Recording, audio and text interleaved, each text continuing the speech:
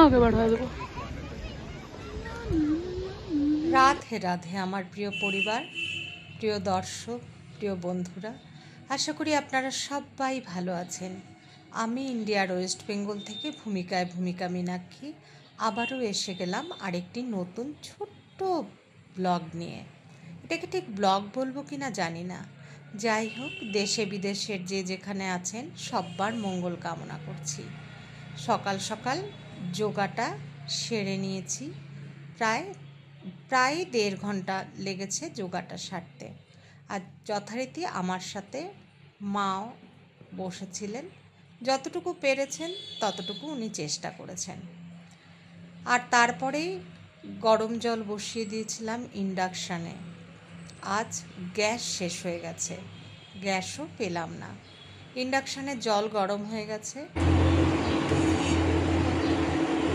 জলটা ঢেলে নিচ্ছি গ্লাসে।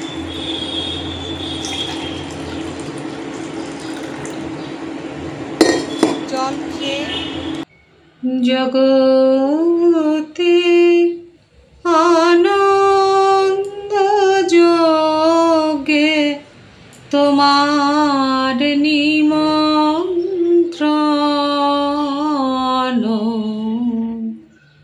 জগতে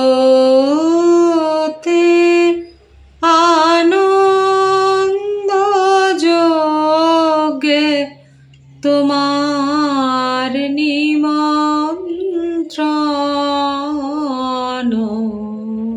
ধন্য হলো ধন্য হলো মানব জীবন,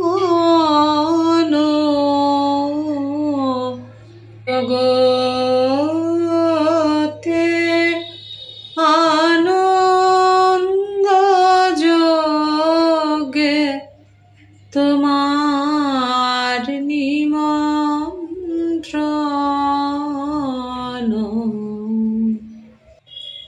ধন্য হলো ধন্য হলো মানব জীবন।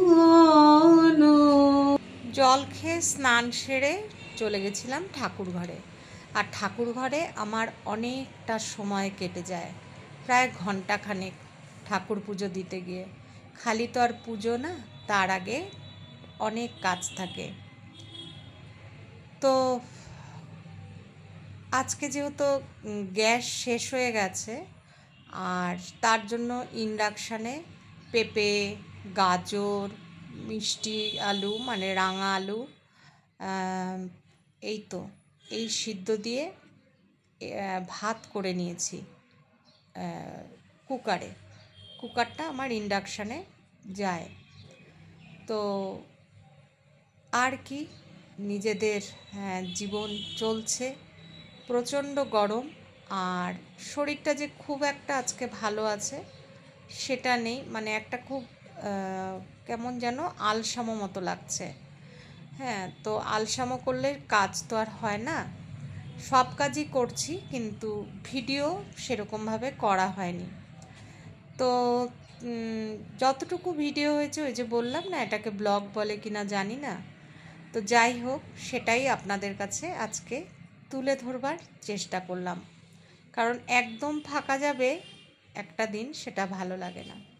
যদি কেউ শুরু করেন ভিডিওটা দেখা, তাহলে প্লিজ পুরোটা দেখবেন। আর ঘরে যে আমার এই গাছগুলো যখন আস্তে আস্তে দেখি যে যেই জায়গাগুলো নষ্ট হয়ে যাচ্ছে, আমি কি করি, সেই জায়গাটুকু কেটে বাদ দিয়ে দিই। তারপরে দেখা যায় যে ধরুন গাছটা মরা শুরু করেছে পাতাটা, তো সেই জায়গাগুলো যদি বাদ দিয়ে দেওয়া যায়, আবার সেটা কিন্তু ঠিক হয়ে যায়, মানে বাকি অংশটা আর পচতে থাকে না। তো এটারও মাঝখান দিয়ে এই নষ্ট হয়ে গেছে, তো সেটাকেই এই যে কেচি দিয়ে কেটে সেইটুকু জায়গা আমি বাদ দিয়ে দিলাম।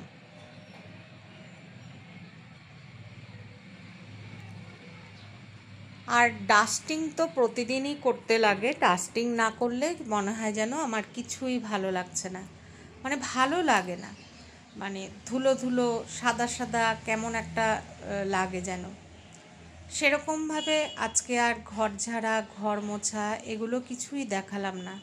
ভিডিওটা থাক না একটু অন্যরকম, প্রতিদিনই তো একরকম থাকে। তো ভিডিওটা যদি ভালো লেগে থাকে প্লিজ একটু সাবস্ক্রাইব করবেন, সেইটুকু আশা আমি করতেই পারি নতুন বন্ধুদের থেকে। আর যারা আমার সাথে প্রথম থেকেই আছেন তাদের জন্য রইল অনেক ভালোবাসা। ধন্যবাদ যারা প্রত্যেক দিন আমাকে কমেন্ট করেন। তো গাছগুলোকে একটু সরিয়ে নিয়ে সুন্দর করে মুছে নিচ্ছি। একটু কেউ যদি জেনে থাকেন যে কি করে আমি মিউজিক সেট করব ভিডিওতে, একটু আমাকে জানাবেন প্লিজ। আমি না অনেক চেষ্টা করেও মিউজিকটা সেট করতে পারছি না। তো এদিকে পরিষ্কার করে নিচ্ছি। ওই যে বললাম, ডাস্টিং না হলে আমার কিচ্ছু ভালো লাগে না। আর আজ সকাল সকাল শ্যাম্পু করে নিয়ে তারপরে ঠাকুর ঘরে ঢুকেছিলাম, কারণ আজ ছিল বৃহস্পতিবার। অনেকটা সময় আমার ঠাকুর ঘরেই লেগে গেছে, অন্য দিনই 1 ঘন্টার মতো লাগে। আর ঠাকুর ঘরেই যেন অনেকটা শান্তি পাওয়া যায়, মনের থেকে ঠাকুরের কাছে বসে কিছু মানে শান্তি পাওয়া, যেটা সেটাকে হয়তো আমি বুঝিয়ে বলতে পারছি না। তো যাই হোক, আর আমি তো আজকে বললাম আমার শরীরটা সেইভাবে ঠিক নেই। আর মেয়ে ঠিকই আছে, আজকে ওদের অফিস ছুটি। তো মেয়ের সাথে আলোচনা করছিলাম মেয়ের বিয়ের ব্যাপারে, কি করবে, এই বছর বিয়ে করবে কি না সেইগুলোই জানতে চাইলাম। আর বললাম যদি বিয়ে এই বছর না করিস তাহলে একটা অন্য চিন্তা ভাবনা কর, কারণ আমার আর শিলিগুড়িতে থাকতে ভালো লাগছে না। আর যদি বিয়ে করিস তোরা, তাহলে তো বিয়ে হয়ে গেলে আমি মাম্মাকে নিয়ে শিলিগুড়িতে থাকার আর কোনো প্রশ্নই থাকবে না। যেটাই করিস না কেন আমাকে জানা, কারণ দেখতে দেখতে এপ্রিল মাস অবধি আসলো। তা এর মধ্যে মা আবার জিজ্ঞাসা করলো যে মামকে, মানে আমার মেয়েকে, কবে আসবি। আমি জানি ও পুজোর সময় আসবে, যদি কোনো দুর্ঘটনা না ঘটে থাকে। তো মেয়ে মাকে বলল যে দেখি পুজোর আগে একবার আসার চেষ্টা করব। তো এই অবধি রাখলাম আজকের ভিডিও। আর কি, ভালো থাকবেন সবাই।